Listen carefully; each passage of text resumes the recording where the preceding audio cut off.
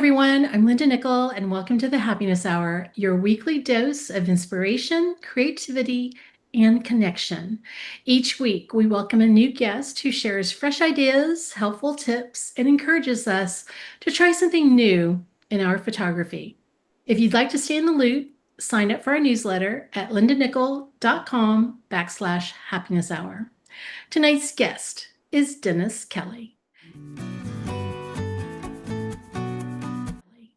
Dennis is an award-winning certified professional master photographer based in San Antonio. He brings a wealth of talent, passion, and storytelling to his photography, whether he's capturing the quiet dignity of a portrait, the intensity of sports action, or the beauty of wildlife. Dennis has honed his craft through workshops, mentoring, and countless hours in the field. He's received numerous accolades for his work, and his images speak for themselves. They're full of heart, skill, and stories. He's also deeply involved in the photography community. He's served on the board of the Professional Photographers of San Antonio. He leads Capture San Antonio Photography Group, and he's a member of both the Texas and National Professional Photography Associations. And you can connect with him through his website at DennisKelleyPhoto.com. And you can find him on Instagram at Dennis Kelley Photo. In tonight's presentation, The Art of the Subtle Fix, Dennis will offer some tips that will help you elevate your photos from good to great, from tiny distractions in the frame to tweaks in composition, tone, and storytelling. He'll also walk us through examples that highlight how thoughtful adjustments can make all the difference. Welcome back to the Happiness Hour, Dennis. Thanks, Linda. And I heard you talking, and kudos to you for having such a wonderful group, such a great turnout tonight. I look forward to interacting with everybody. And I don't want to sit here and talk for the next hour all by myself, so I hope that everybody's interactive. I'm just going to get start. Linda did a great introduction of me. I've been in photography since I was a kid. My father was a photographer for the National Weather Service and passed down cameras, and my grandfather had a dark room, so I spent many of hours there. Going into college, I spent many hours in the dark room developing other people's photos because they either didn't like the smell of the chemicals or something, but so I'd go down there and make a couple bucks off of people. But my full-time career is in law enforcement. I am an assistant chief of police down here in the San Antonio area. I have about 30 years in law enforcement.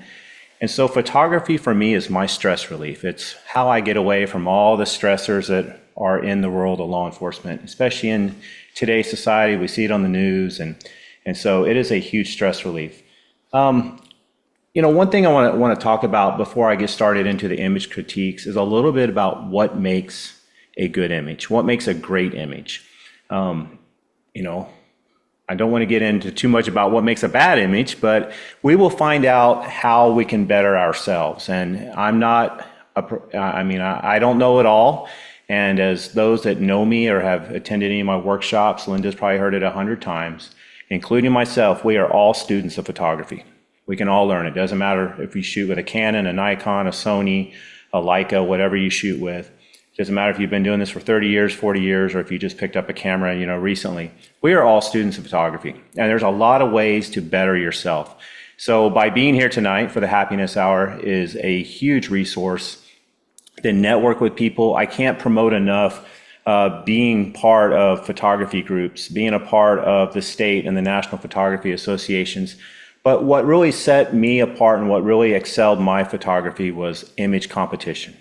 I almost said print competition because when I started into this, it was all prints, and now today we're pretty much digital. So prints are kind of a thing of the past for image competition because it's a lot cheaper. It costs a lot of money to have to print an image quality or an image competition quality print. So for doing image competition really woke me up. And so image critique, I'm very passionate about. I'm happy to be here tonight and go over some of the photos that have been submitted.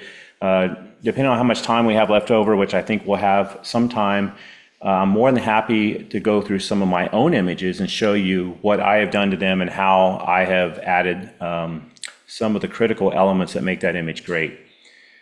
One thing I want to point out is we are all photographers. And you probably heard me say this before if you've been to one of my workshops or one of my classes, is I know here in San Antonio there's a Facebook group called San Antonio Photographers, and I think now it's up to like 6,000 or 7,000 photographers. And so what is a photographer? I mean, you go to Best Buy, you go to Camera Exchange, you go to Precision Camera, wherever it may be, you buy a camera and you're a photographer. You have a camera, right? We have a lot of moms, we have a lot of dads, they use their cell phones, they're photographers. But you need to set yourself apart because anybody can say they are a photographer. There's thousands and thousands of photographers everywhere. So it's important that we, as a photographer who wants to improve ourselves, to better ourselves, to stand out, it's kind of like a business. We have to create our own style. We have to create our own brand. You know, I'm known, a lot of what I'm known for across the country is my character portrait work of homeless individuals. And I'm not going to get into that because that's a different presentation I've done previously. But I have my own unique style that I developed, my own brand. So there's a lot of people across the country, when they see one of my homeless portraits, they're like, I think that's that guy down in like Texas somewhere. They at least, or some of them know my name. That's that Dennis Kelley guy, or that's the guy from San Antonio, because I've established that look, that unique look, and that style, that brand. So your brain is what separates you from everyone else. So we have to learn to use our brain. We have to think outside the box. I think a lot of times we get so, we're scared to think outside the box. And when we do character portrait work, it's really intimidating, and it makes it even harder to think outside the box. But the first thing we have to do, and I don't want to preach to the choir, but you have to learn how to use your camera. And I have to remind myself of this all the time, is if you don't know what every dial, what every button, what every menu setting does on your camera, you're really doing yourself a disservice. So I know us men especially, we're the worst about pulling out a manual, but pull out the manual, learn everything, watch videos, whatever it may be, but you got to learn your camera. This will give you knowledge that a lot of photographers don't have when it comes to understanding their equipment. We can always try to make images look better in post, whether it be Photoshop or Lightroom. I'm not a Lightroom person. When I was working full-time in a photography studio, we worked on a server, a network environment. So Lightroom doesn't play nice with that. So I use Bridge or Camera Raw is where I start with tweaking my exposure, my shadows, my highlights, all that good stuff. You can do the same thing in Lightroom. So I know most people use Lightroom. Everything's the same, just looks a little different in how we get there. Another thing is those that are members of the Professional Photographers of America, PPA, they have what's called the 12 Elements of Image Competition. So there's 12 of them. I'm not going to go through all 12 of them, but I want to hit on what I think are the 3 most important elements of what makes an image great. And the first one is impact. This is what the sense of what a person, it's what they get. It's that sense they get when they first look at your image. You want someone to look at your image and go, wow, this is amazing. Oh my gosh, look at this, look at that. You want them to look at that. If you show someone an image and they're just looking at it, they have no emotion on their face, and they're trying to figure out, kind of what it is for whatever reason, then that image does not have the impact. We want our images to have impact. We want our images to be compelling. We want them to evoke laughter, sadness, anger, pride, wonder, this intense emotion. So it's really important that we really hit impact when we create an image. And some of that we can do in post-processing. I'm going to show you all some tips, tricks, and some techniques in Photoshop tonight that hopefully you can take and use in your own images. Another important element is, and I do a lot of portrait work, is storytelling. It's very important that when someone looks at an image, not only does it bring it the impact, but it tells a story. And we want to evoke imagination in our images, whether it be character, whether it be landscape, whether it be, birds or plants, all those things that I just love to shoot. But the one beautiful thing about art is that each viewer can collect his or her own image. They can read an image in different ways.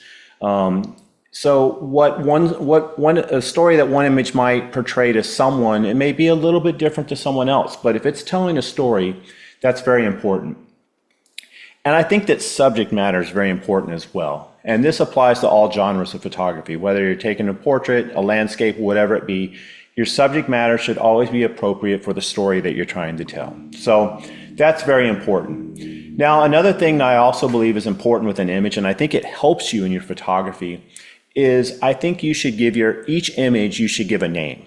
Now, I think that this can also add impact and it can add storytelling to your image.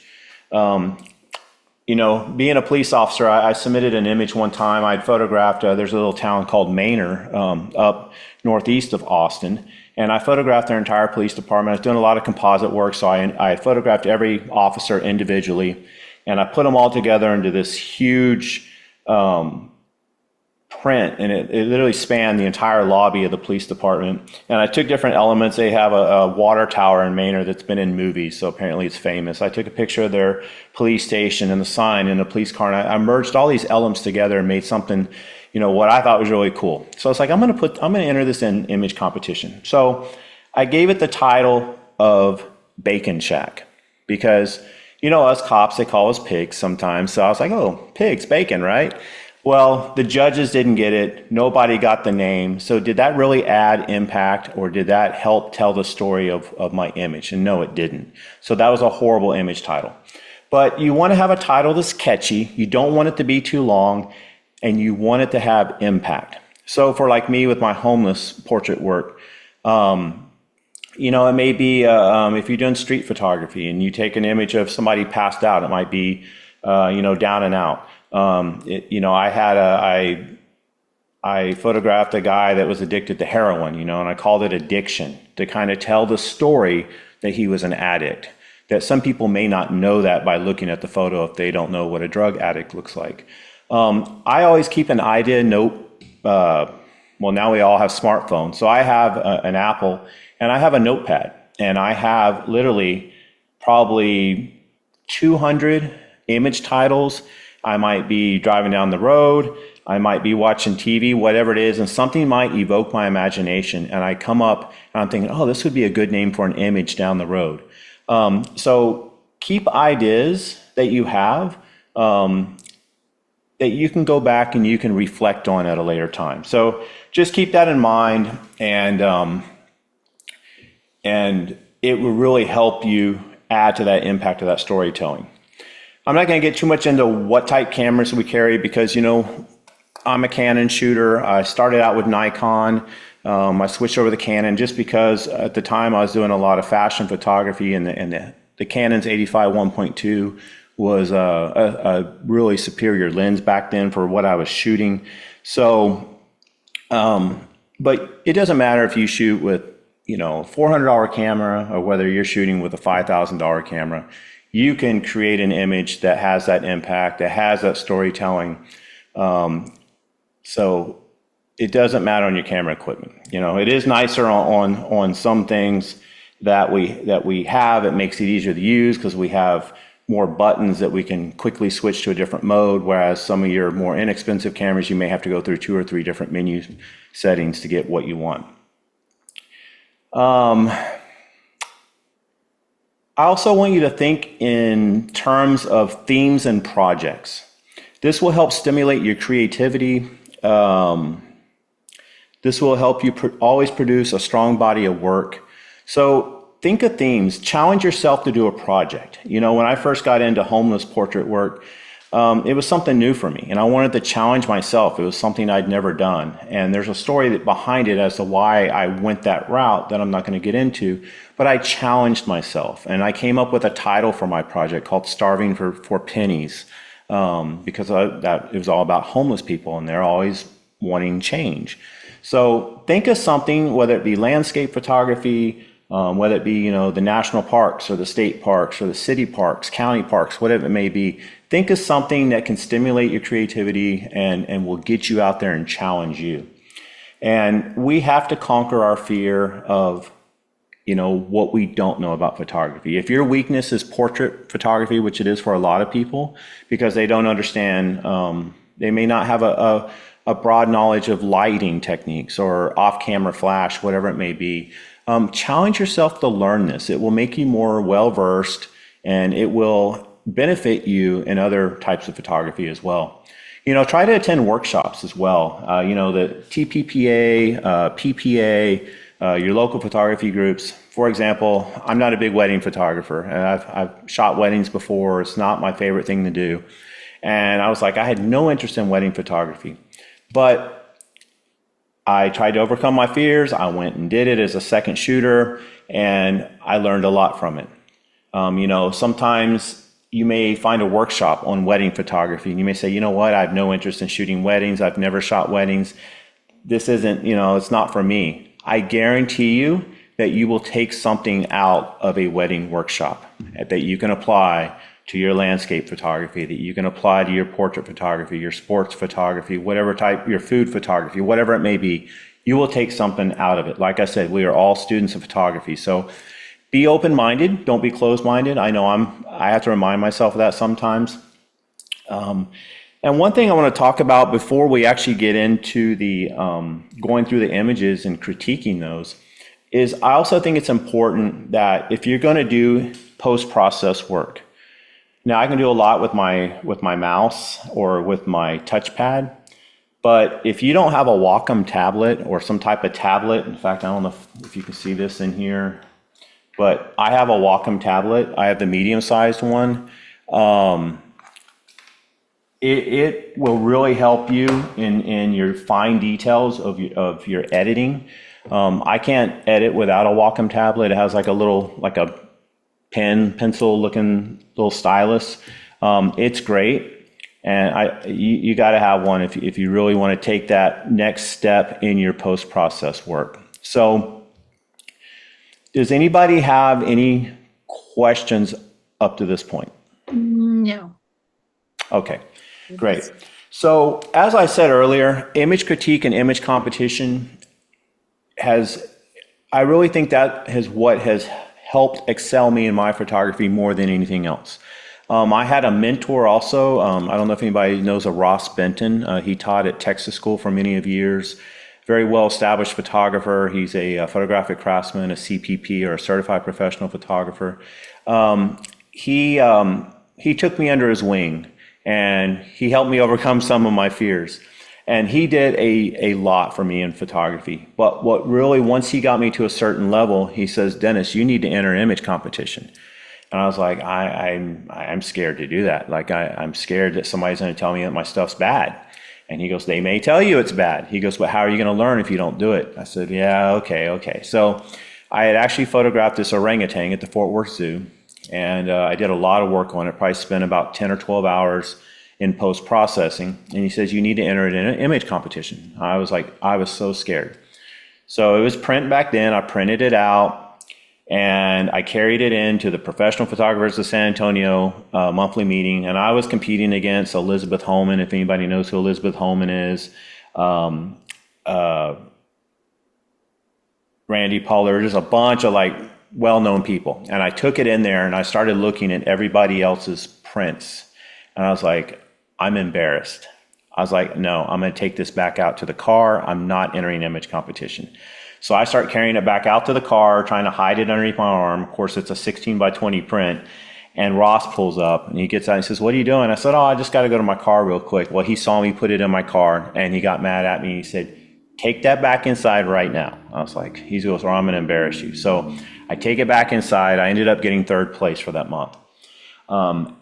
And one of the critiques that I got, one of the judges, there's 3 judges, and one of them actually, the score sheet actually had a line across it, and it said in big letters, this image does nothing for me.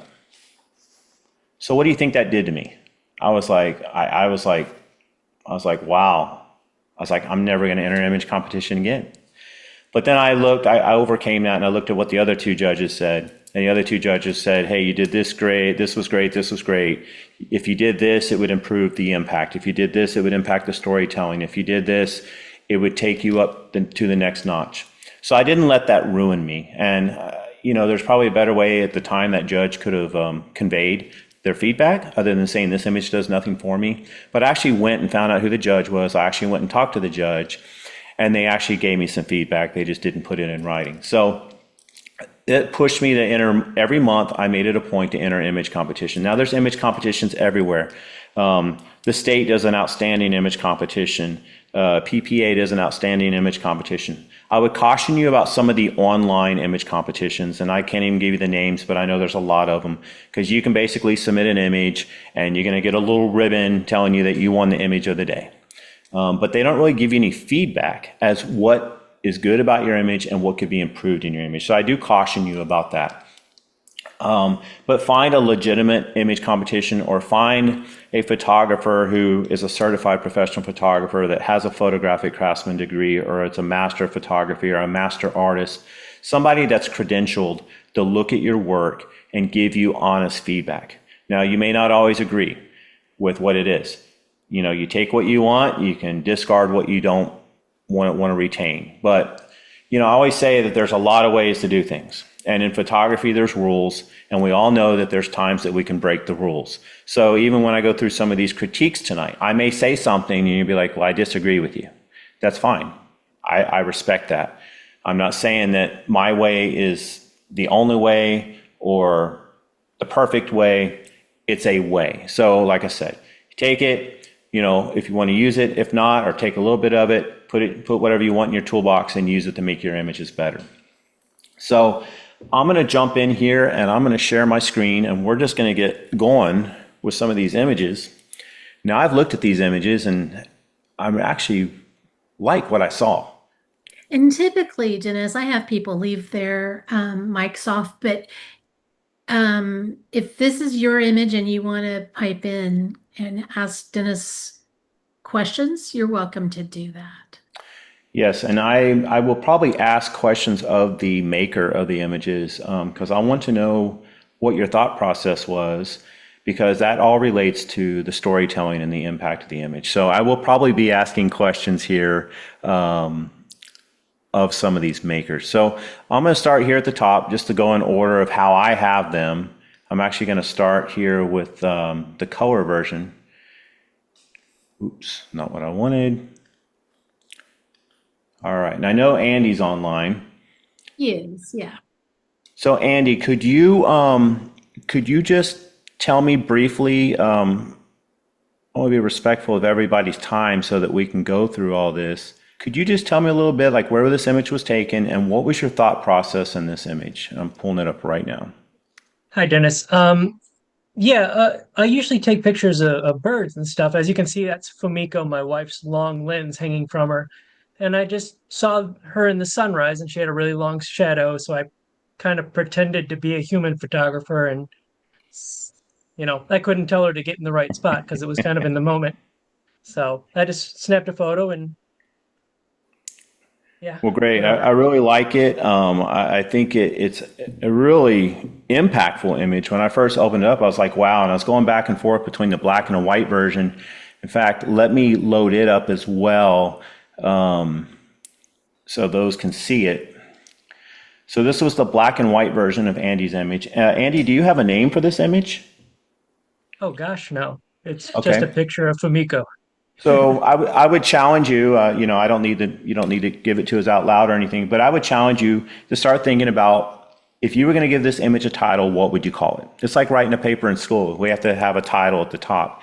Or especially in like creative writing, those classes we had to take. So start thinking about an image title, because it will also help in your editing of photos. If you have an image title and you're like, this is the story I'm trying to tell and the impact I'm trying to give to my viewers, what is the title? So I'm going to switch here to the color version. Now, I like a lot of what you did in here, Andy. I really like how you use the light, how you have your shadows over here, and you have your the sun's coming in. I love how you captured the shadow coming off of your wife here.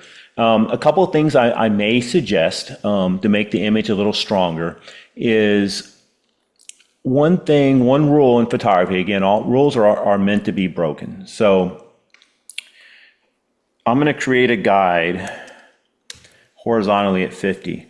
So one thing in photography, your image can be stronger if you don't put the horizon line kind of in the middle of the image. It kind of gives that 50% split. You're a little above it, but it's still pretty close. To kind of counter that, and I don't want to take away from the shadow here, one thing I might suggest doing in this image is just to give it a crop. Make sure my crop, it's a square image. So I'm also a big believer, we've all heard of the rule of thirds. We should, most times, again, rules are meant to be broken. We want to put our subject matter in one of these thirds here.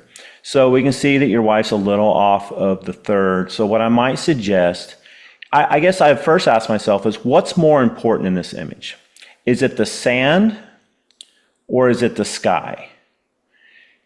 I mean, our subject matter obviously is your wife. So, I look at this and I really like the story. I love the footprints in the sand. I think that tells a story. And it looks like, we can ask ourselves, where's she going? Is she going to go down here and get in the water? Is she going to go down here and read a book? She's in a time of, it looks very peaceful. And so to me, I think that the sand tells more of a story than the sky. Now, I love the sun here. I love what you've done with it. So what I might suggest doing here, I'm going to crop this back out. Somehow it got messed up. I'm going to pull it in. Oops. I'm going to pull this in. I'm going to put her in this rule of thirds here. And like I said, I think the sand sticks out a little bit more than the sky. So I don't think it's going to hurt to crop that sky. We've almost got her in this top third quadrant. I don't want to cut out too much more because I like the cloud. It kind of breaks up the sky over here. I love the sun. But I would just suggest maybe cropping this in a little bit. I'm going to turn off this guide. And it shows that story of her walking into the scene. And again, it creates this emotion of like, so peaceful. Where is she going? What is she doing? It obviously tells a story. Now, I know I got a little bit of lens flare here. There's nothing wrong with that. Some people like it. I've seen people even add lens flare with filters and post-processing. I would probably suggest to me it detracts from the video, the photo a little bit. So if it was me, I'd probably just go in here and I'd probably just take that out. And I'm going to be a little sloppy in my editing tonight. Oops.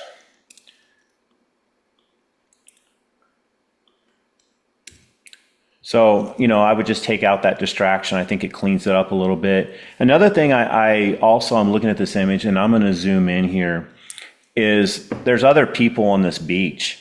What you could do, Andy, is you could go in here. Again, this is going to be really sloppy, but you could go in here and if you wanted to, you could just take these people out.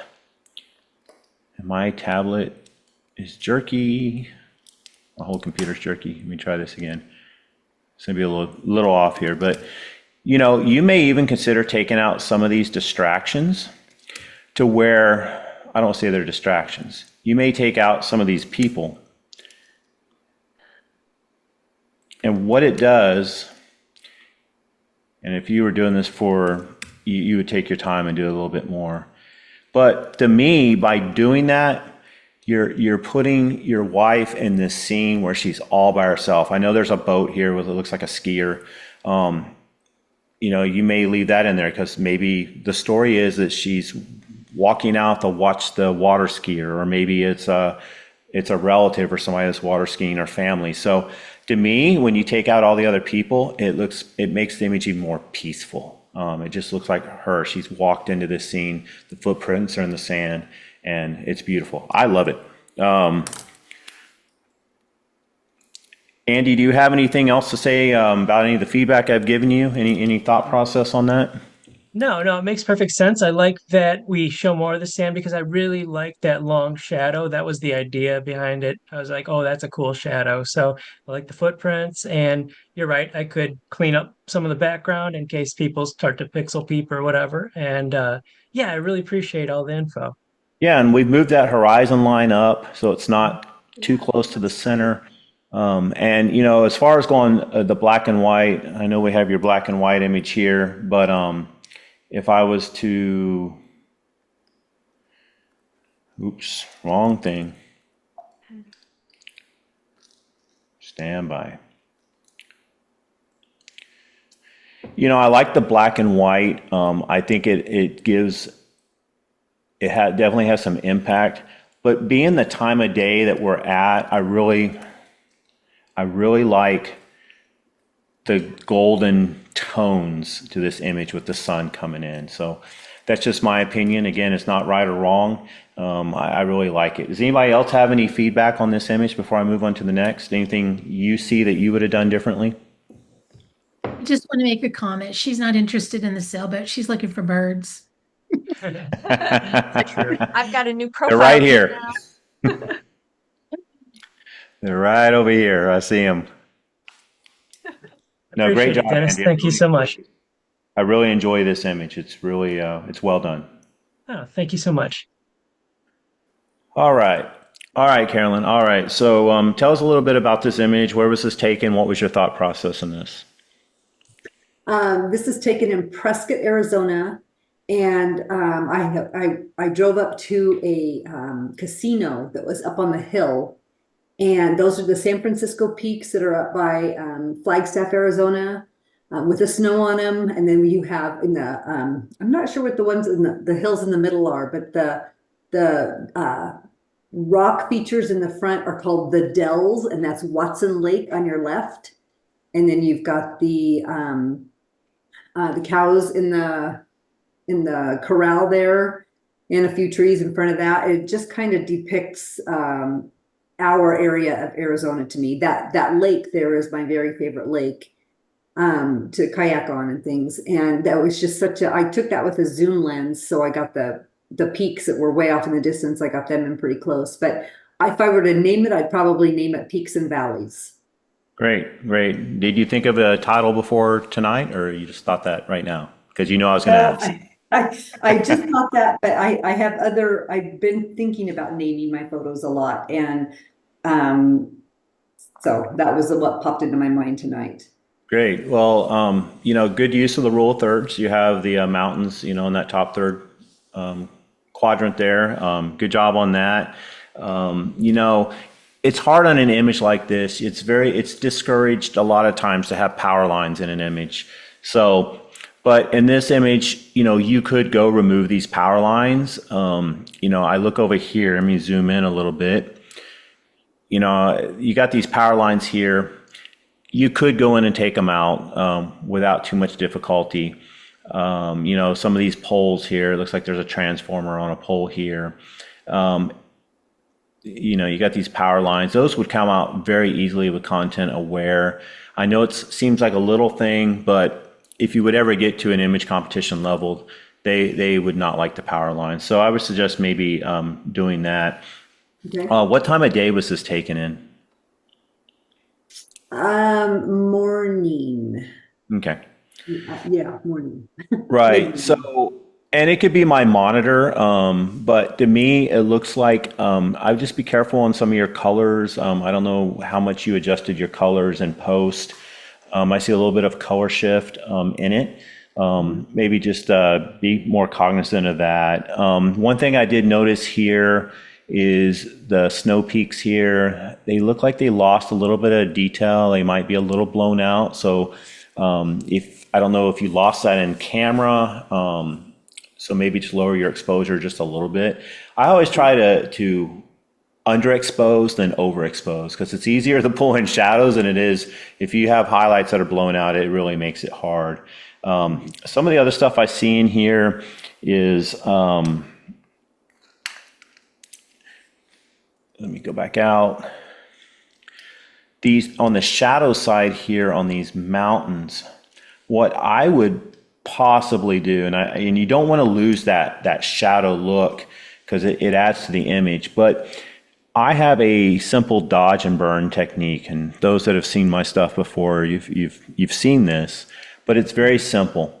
Now, Photoshop has built-in dodge and burn tools, and many years ago, I've been using Photoshop for probably about 25, 26 years now.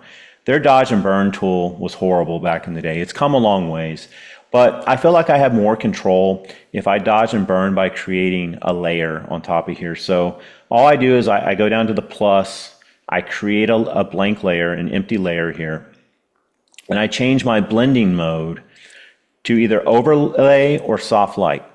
And what's cool, I usually always start with soft light. So I'm going to start with soft light, and all I do is I go to my brush tool. Now, dodging means you're taking an area of the image and you're basically lightening it. Burning means you're darkening it, like burn. So it kind of speaks for itself. If you're going to burn, I burn generally with a dark color like black or a dark brown. It might be a dark green if it's like grass. If I dodge, it's usually white. So as you can see, my primary color here is black, which means I would be burning. Or if I want to dodge, I can either click this little arrow, which switches the color here, or on the keyboard you can hit X and it swaps between the two. What I would suggest doing is with the brush tool, and I always do this at about 10 to 20% opacity. You don't want to change your layer opacity, you want to change your brush opacity. I'm gonna go down to 10. And then I would just go in here and I would just bring up these shadows just a little bit, because what you're going to find, and the image was a little low resolution, probably to save space on the upload, and it's probably hard to see on some of your screens. But if I go in here and I just dodge some of these, I'm actually pulling out some texture in that mountain, especially the rock. It's so cool looking. So I would suggest going in here, maybe dodging and burning a little bit. Like I said, your rule of thirds is good. I think your dynamic range is pretty good. Like I said, just watch these highlights up here. I would probably even go down here in this section of the image, and I would probably, let me see if I can. And that's another way to know if you have any data in that area. Sometimes I go extreme just to see, but yeah, you do. See how I'm pulling those trees up a little bit so it doesn't look like it's such a kind of like a black hole right there. So just by bringing that up a little bit, see what I did? It's kind of sloppy, don't get me wrong. I'm just doing it for time's sake. If I was really going to spend time on this image, I would zoom in really close and I'd go in and pretty much do it very carefully. But you can just do little things like that. If you have areas where there's highlights, again, you can burn it. And another thing that I may even consider on this image, and I've never been real big on it, but Photoshop does such a great job on it now, is maybe a sky replacement on here.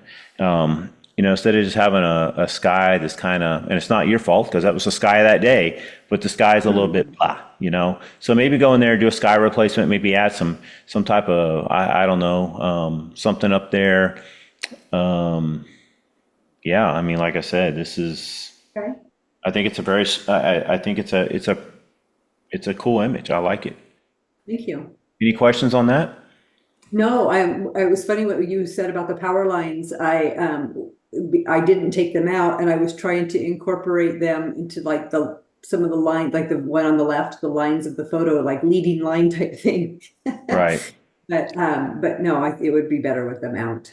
Yeah, because unfortunately, power lines, they're not effective leading lines, if that makes sense. I mean, I appreciate what you're trying to do with it. The leading lines, are better off with like, maybe roads or fence lines or something like that. Now, you didn't do it in this image, but just talking about leading lines, be very careful when you do use leading lines. They're very effective to draw our viewer and to guide them to our subject matter of an image. But you never want that leading line to come directly out of a corner. So, you don't want, in fact, I'll go here. You never would want your leading line to like, wrong one, go back up. You would never want your leading line to like come straight out. If this was a road, you would never want your road to come straight out of a corner, if that makes sense. They will tear you up in image competition. So, if you had a leading line coming out, well, I just already messed this up, but if you had a leading line coming out here, and say this was a road, and it was coming here and this was your road, or whatever. Yeah, you just don't want it to directly come out of this corner. Okay. That makes sense. Mhm. All right. All right, Joe, tell us a little bit about your image. Start off with the title. I hadn't thought of a title for it. I'm terrible at thinking of titles.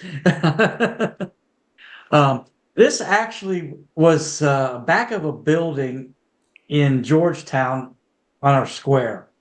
Okay. And this is the back. This particular building was an Asian restaurant that's changed. I don't know how many times. But me and another friend were walking in one evening, and I saw it, and I thought, "Wow, that'd be a great picture." But I didn't take the picture then because he didn't have his camera with him, and I was like, we just were walking and talking. So I went back a day or two later, and the chair was still sitting there like I had seen it. So I snapped the photo then. What was difficult was that on the right side of the photo, all the way up and across going to the left, were these giant, ugly electrical conduit pipes, and it was just hard to get them out of the picture. I was going forward and backwards with my feet and zooming and trying to get just that, and that's why the chair, the bottom of the chair, you don't see the bottom of the chair. It's just because of where I had to stand to get the photo. Okay, yeah, and that was going to be one of my suggestions going to be is, don't prop off the bottom part of the chair. It's kind of like, you can look at chairs as like people, we don't crop at joints. We don't crop at ankles or wrist, elbows, stuff like that. So, but if that was what, if that's what you had to work with, that's what you had to work with. I do like how you put the chair in this third quadrant over here, because this tells a story to me. It makes me wonder a lot. It evokes a lot of emotion. Like, what, who does this belong to? Why is it there? Is this someone's, getaway spot? Is it where they get away from the stresses of the world, of their day? Do they go out here in this? Is this a quiet alley? I wonder, is this an alleyway? Is this, what is this? Is this Kind of an alley, but not an alley. Yeah. So, but it tells a story, and it evokes that emotion, and to me, it makes me even more interested in the image, because I'm like, wow, is this an alleyway? Is this like on the side of a building? Is there a parking lot? Like, what is it? One thing that you might do, and I love this tonal look you have here, again, would be dodging and burning. When you dodge and burn, you can pull out some more of this texture here. And there's a lot of texture in here, so I really like the texture. But what you can do,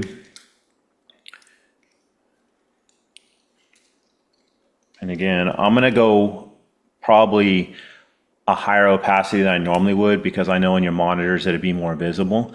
But you don't have to do all the image, but if you came in here and did parts of this image, like this part here where it's like a lot of texture, you can go in and hit different spots, and you could come in here and work this area here and this area here, and you could really start working some of these spots.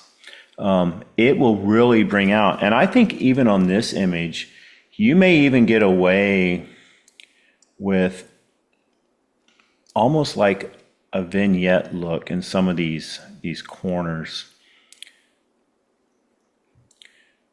And then what's cool is you can like click on and off, and you can see, I was a little sloppy, like I said, but what's cool is you can come in and you can see that it kind of adds a little bit more shadowing to your images. You can even go in here and work this window if you wanted to. You could probably dodge this window frame just barely, slightly, but you want to create just a little bit more dimension so it doesn't have such a flat look. Awesome image. I love it. People, if you printed this, somebody would probably buy it as is. So, but think about those image titles. Yeah, I know, because I have an opportunity to have a couple photos in one of the local businesses, because I'm a member of the Williamson County Art Guild, and I got to think of the couple titles for the two photos that I'm gonna get enlarged and framed. Exactly. And, think outside the box, and you don't have to, you can think of a title. You don't have to slap it on your image right then and there. Think about it overnight, think about it for a couple of days, come back. You may change it, tweak it, completely throw it away and come up with something different. But, create an image title that really makes your viewer think, and it will give some storytelling or emotion to this image. I like it. Yeah. No, that's mine. That's a picture from my garden. And I always love if I can get bokeh. And I love the combo, the pink and green combo. If I had to name it, it would probably be something like Pretty in Pink.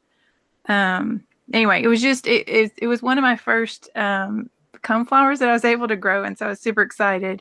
But I got frustrated with that one in the front that's kind of blocking a little bit, but this is the best shot I could get without cutting down things. No, absolutely. As Linda will tell you, I don't shoot birds or flowers. So I've judged many of them, and I have respect for them, and I'm actually kind of have to say that I do like them a lot more, Linda. So a couple of things I'd point out. I love the colors. I love the bokeh or bouquet. We could argue how you say it all night. I like the texture in it.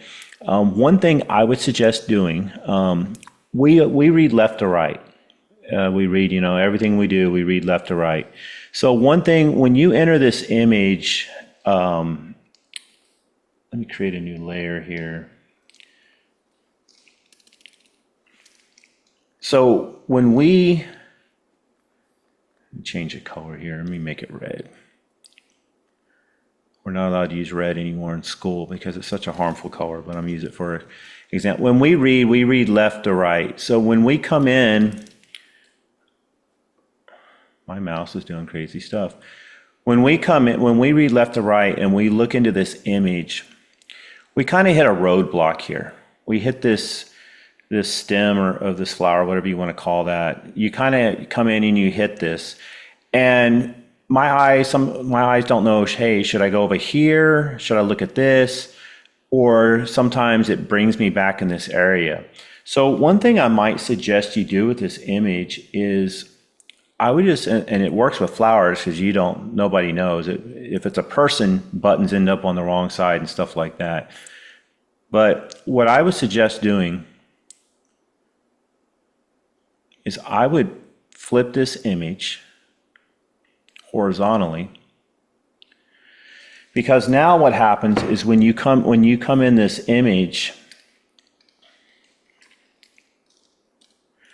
now when we read, we come in this image and we enjoy this flower, and then we come and we enjoy this flower, and this wall right here, this stem, kind of pushes us back into the image. And again, I'm going to have to use this. It kind of pushes us back, and then we look at it and it just causes us to keep coming back and really enjoying your subject matter here. Does that make sense? Yeah, no, that is much more interesting to look at. Yeah, and then I agree with you. It would have been nice, but sometimes we have limitations if this stem wasn't blocking this here. Maybe, I don't know if you could have changed angle a little bit. Like if you would have if you were facing it this way, you would have moved to the left. I guess with the original image, you would have had to move right, but I don't know if that's possible. And then the only other thing I would maybe suggest, and I would just tell you in image competition, they would probably beat you up on it, is this right here. Either try to get rid of it, or you're going to really want to try to burn that down. And because it's on the edge, or because it's so highlighted? Both. It's on the edge and it's highlighted. When we look at images, we're drawn to the areas of highest contrast, So when I first look at this image, I know this is your subject matter here, but I'm kind of drawn in to these areas up here. I'm drawn into this area. I'm drawn into this area right here. So those are things. Now you can avoid that because your exposure is pretty good. You can avoid that by coming in here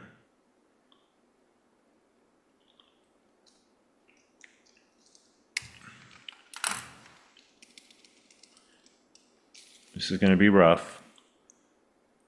But you can come in here and start bringing this down. Now, if your highlights are blown out, then this technique is not going to work. But if you have like this down here, like, and I'm doing it extreme, but you can really, it's working on the green. See how it's bringing that green down some, so it's not so bright. And you just gotta work that. Yeah, your highlights are blown out here. Otherwise, so this would require a lot more in post, but I would get rid of this. I would really bring this area down right here so that when you, and I would probably burn this down a little bit. See how that's already making a difference? Yeah, no, that looks Bringing better. that down, because now we look at it, now our focus brings us more into that flower, that beautiful flower. Yeah, that's great. Thank you. Okay, you're welcome. All right, Trish, tell us about this. Where was this at? This was in Gunnison, Colorado, just a couple of weeks ago. And this was actually the night before I was going to leave to come back to Texas that I discovered this spot. It was right next to the campsite, the RV park I was staying at. And I'd stayed at this RV park before, and when you turn on the road to go to the RV park, you could see an area where people would pull off and park, and there were always cars in the evening, not so much during the day, but in the evening there were always cars parked there. And I'd go, I'd drive by and say, what the heck is going on over there? And then at some point I looked closer and I could tell there was water, and I thought, yeah, maybe people are fishing. I don't know. So anyway, I went over there to explore it, and there was like a boat ramp there so it was a place where people were putting their boats in to fish. But then there was this footbridge that you could go across. So I went across, and then I went down a trail, and there was this. And so, and it was at dusk. I didn't have much light left for the day. And so I just grabbed some shots of it, but it was amazing to stand there and look at it and hear it. Definitely looks amazing. Looks like it'd be nice to go put your feet in the water or sit on these rocks right here. I really wanted to stay another day just to go explore it more, but yeah, it looks fun and awesome. A couple of things that I think you could probably do to improve your image, and sometimes it's hard. I put a guide on here that's at the 50% vertical mark here, and you can see that this tree line kind of divides your image, where you have water here and sky here. So maybe, again, rule of thirds. Maybe sometimes if you could move back, if you have a zoom lens, you could have zoomed out, and then decide what's more important, this awesome looking sky or the flowing water here. So you're either going to have your tree line up here and get more water, or you're going to have a tree line down here and have more sky. okay. I think that would make it stronger. Another thing is don't be afraid to crop images as well. You could actually go in here. I do have a cropped image of it, actually. Yeah, because you could go in here and actually, oops, not what I wanted.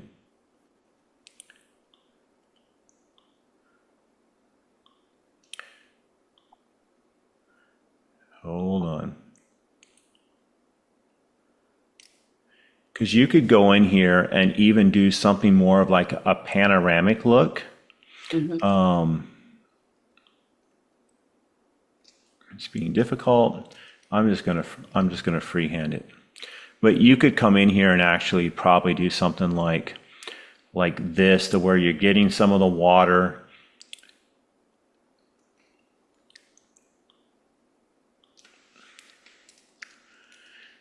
Oh yeah, that looks great. Something more like that.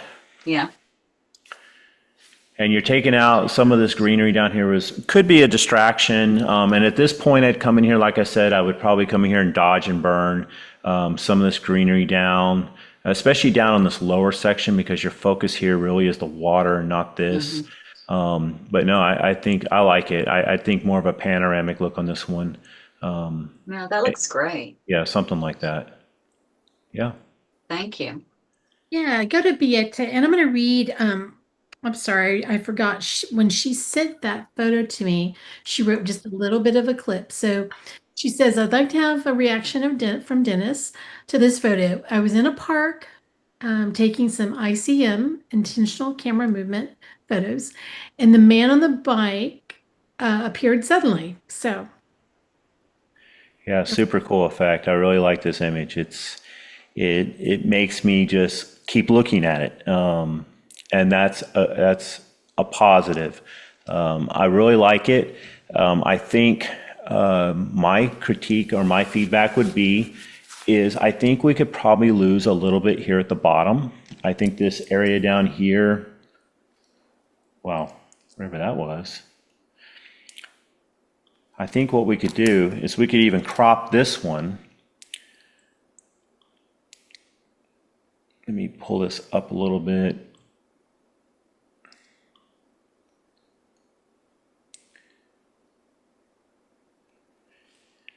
I mean, you can do different types of crops, but I think by losing some of that dead space that we have at the bottom, where we just have a little bit of space, we're going to give a little bit of breathing room for his tires.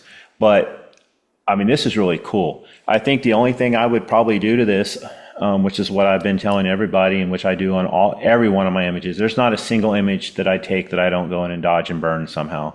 I would probably I'd probably burn down these highlights a little bit.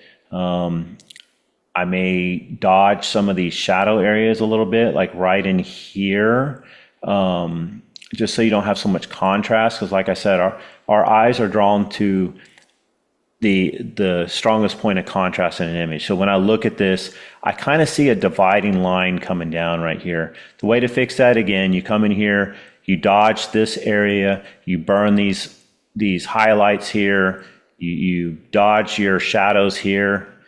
Give it a little bit more blend, but you still want it to stick out. I think it's a killer image. I love it. And come up with a really cool title for this one. That one's hard. Yep. Did I forget someone's image that wasn't online? There was Joan, I believe. All right, Joan. Let's talk about Joan's. Yeah, this one really, I opened it up. I was like, oh, wow, this is cool too. I love the use of the diagonal lines. I think that it's super cool. The effect it was coming through. I would, sorry here, get a work text. Anyway, I really love how the bench is used, because there's the slats in between the bench. So you see the greenery on the wall behind it. You have these diagonal lines that come in, they don't come out of a corner. They're coming in from, like I said, you never want these lines to come in from a corner. So great job on that. I love the leading lines.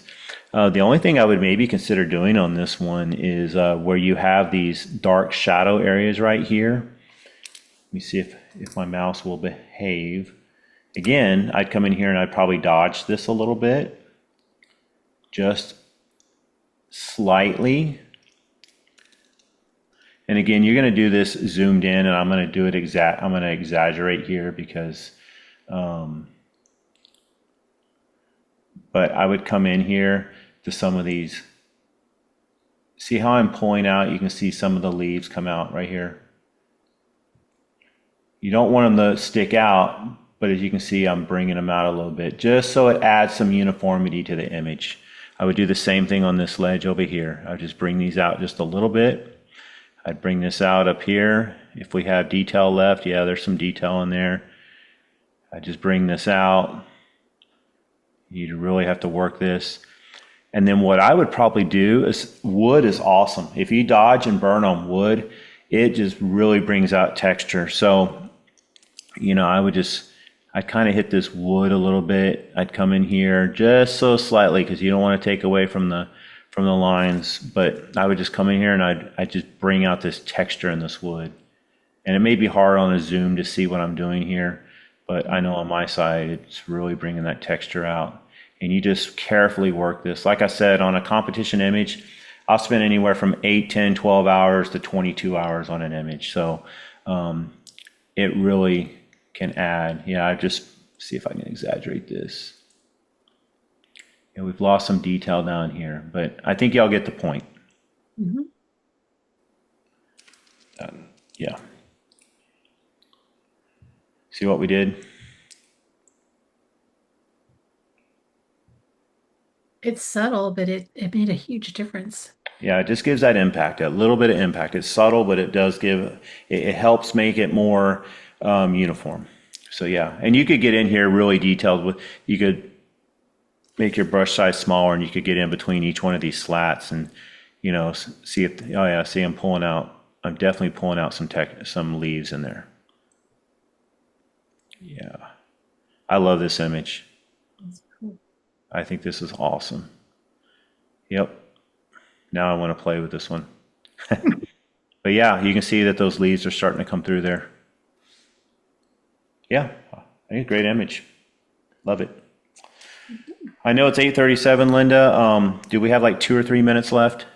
We do, and All I right, have let me just real quick. I just wanted to show one of my images to kind of. This was not in its final format here, but this was an image that I did for image competition, and I just kind of want to show you.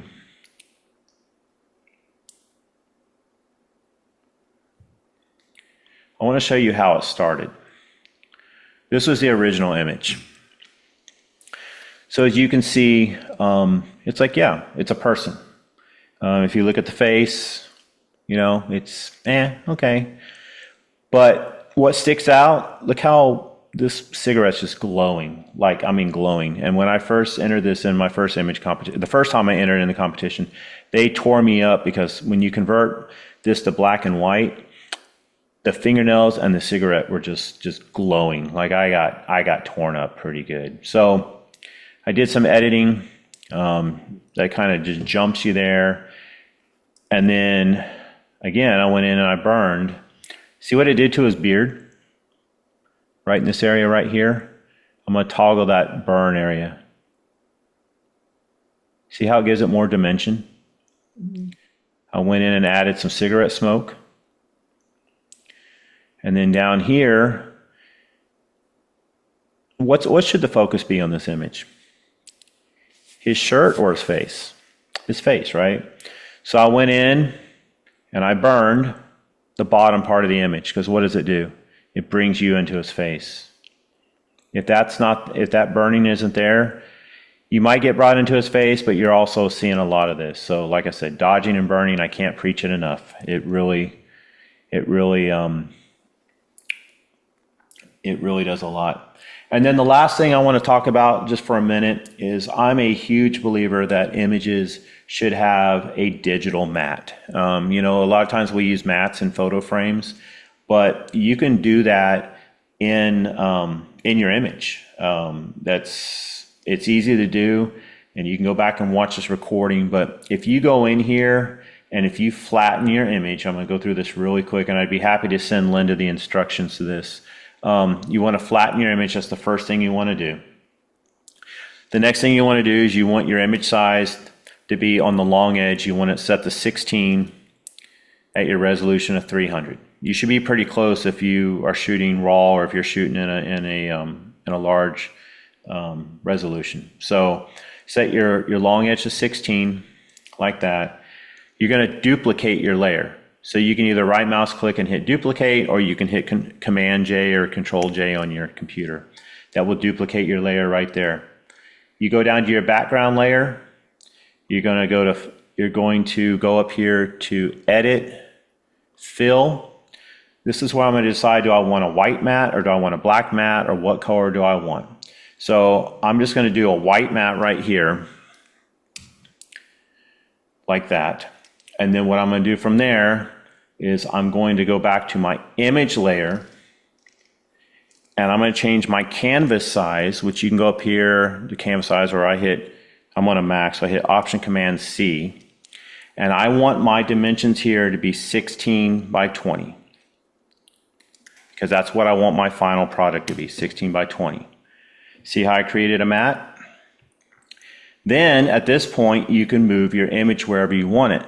Now, the cool thing about doing a mat like this is if you have an image that the rule of thirds was slightly off, this is what's really cool, and this has worked for me a lot.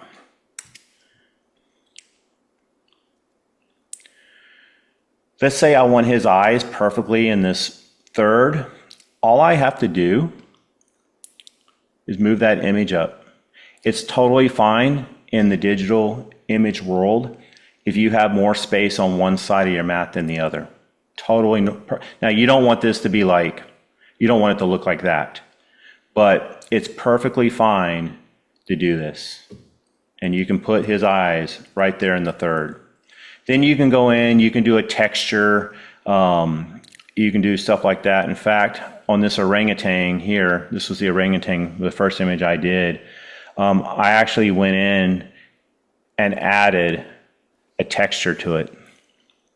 And you can add a stroke to the image. Now, one thing to know, if you do strokes, make sure you always do an inside stroke because our image is rectangular. So the last thing you want is to not have a rectangular stroke.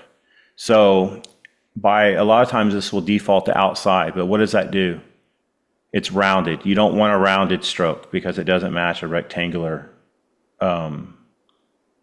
your basically your image. So do that, and you always want your stroke color to complement your image. You don't want to put like a white stroke here. So what I usually do is I just find a color that's complementary here with my, see, that's too bright. You don't want to stick out too much. That's a little too subtle.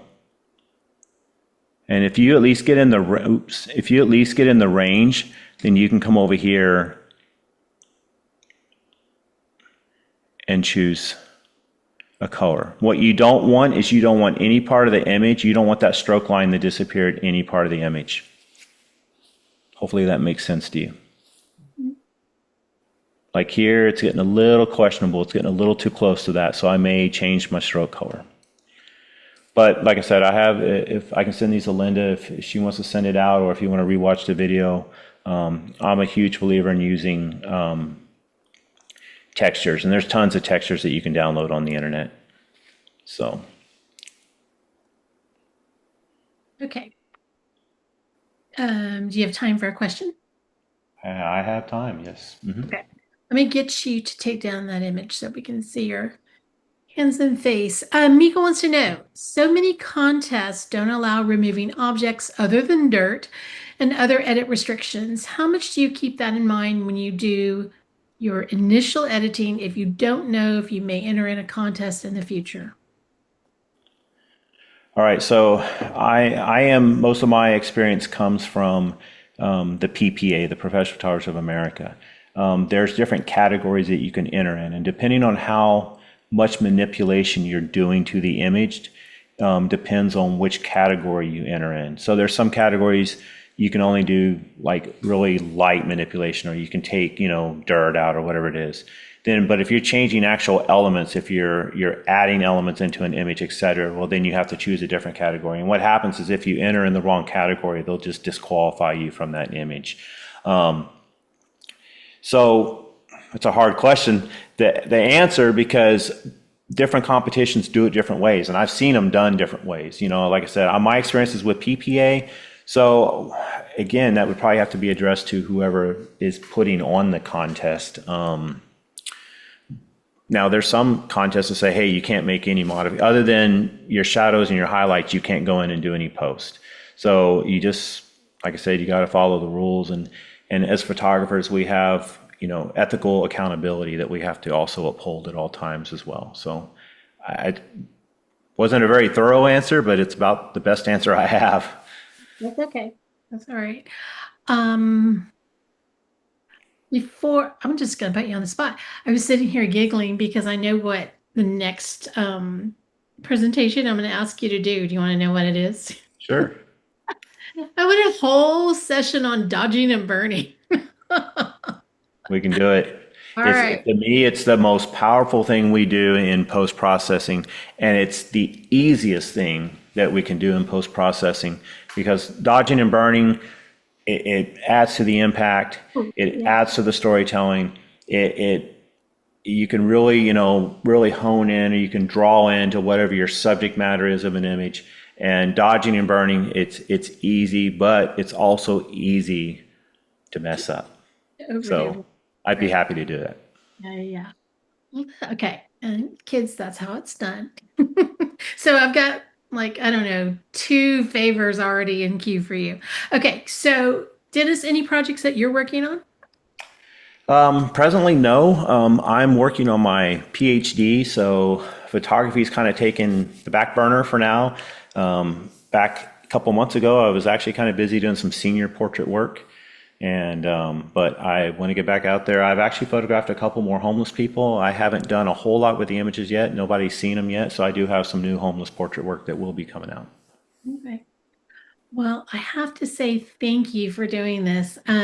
I enjoy when we do image reviews or critiques because we get attached to our photos and we have a certain style of editing and it's for me it's just a formula. These are the 4 things that I always do to every photo, but sometimes I get stuck. I get a little, trapped. And so it's fun for me to see other people edit.